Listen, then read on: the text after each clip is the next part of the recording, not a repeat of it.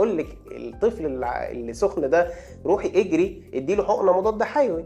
عايز اقول لك ان اكتر اسباب السخونه بتحصل عند ابنك بيكون سببها فيروس 70-80% مثلا، وتيجي انت تدي مضاد حيوي عشان تحاربي فيروس والسخونه بتزيد. طب بتزيد ليه؟ لان مين اللي بيحارب الفيروس؟ المناعه. انت عطيتي مضاد عمل ايه؟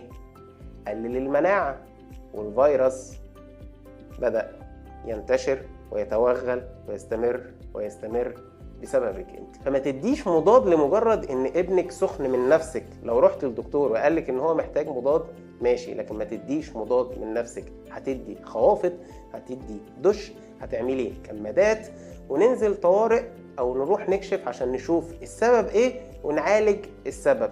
لما نعالج السبب السخونة هتروح.